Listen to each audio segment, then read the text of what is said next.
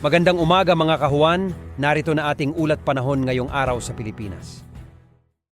Sa ating latest satellite images, patuloy pa rin yung pag-iral ng southwest monsoon o hanging habagat na siyang nakakaapekto partikular na sa may kanlurang bahagi ng southern Luzon. Inaasahan pa rin natin itong hanging habagat na magdadala ng maulap na kalangitan na mas malaki yung tsansa ng mga pag-ulan partikular na sa bahagi ng Palawan. Samantala, inaasahan natin na sa mga susunod na araw at sa araw din na ito ay posibleng magsimula naman ang pag-iral ng easterlies. Mas makakaapekto na yung easterlies o yung hangin nagmumula sa karagatang Pasipiko.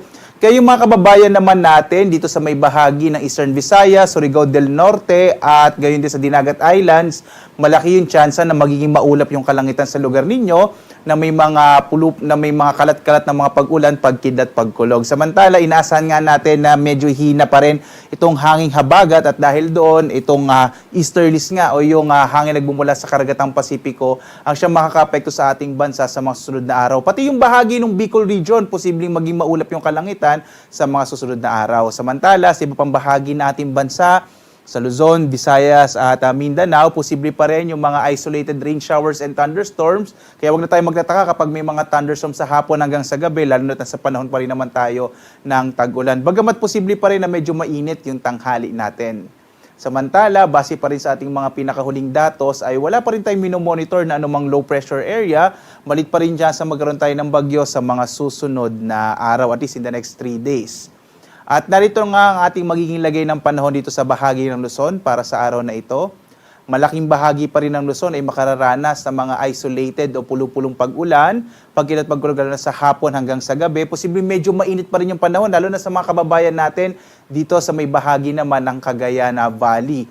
Agwat nga ng temperatura sa Lawag nasa 26 to 33 degrees Celsius. Sa bahagi naman ng Baguio, nasa 18 to 25 degrees Celsius. Sa Tuguegarao, medyo mainit hanggang 36 degrees Celsius. Habang sa Kamaynilaan, 25 to 33 degrees Celsius. Sa Tagaytay naman, 23 to 31 degrees Celsius. Sa Legazpi, nasa 26 to 33 degrees Celsius. At dito naman sa may bahagi ng Palawan, Visayas at Mindanao.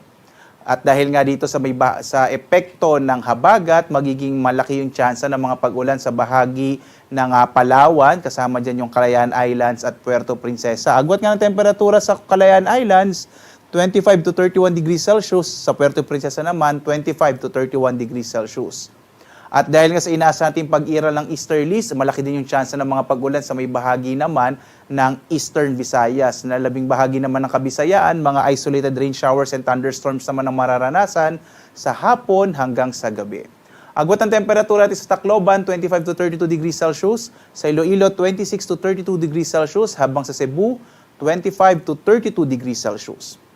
At may epekto din itong easterlies o inaasahan natin epekto ng hangin nagbumula sa karagatang Pasipiko sa may bahagi nga ng Surigao del Norte at gayon din dito sa may bahagi ng Dinagat Islands. Asahan na malaking tsansa ng mga pag-ulan sa bahaging ito ng Mindanao, itong northeastern part ng Mindanao.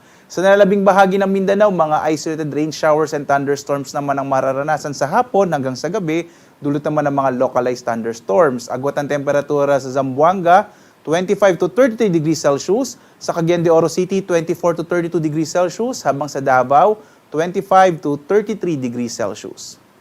Wala pa rin tayong nakataas na gale warning sa anumang bahagi ng ating kapuluan. Kaya sa mga kababayan natin na maglalakbay sa ating karagatan, ligtas namang pumalaot yung mga sakyang pandagat kahit yung malilit na mga bangka sa mga baybayin ng ating bansa. Subalit iba yung pag-iingat kapag meron tayong mga thunderstorms na biglang maaaring magpalakas ng alon ng ating karagatan. Ang araw naman natin, sisikat ganap na 5:29 na umaga at lulubog 6:28 ng gabi.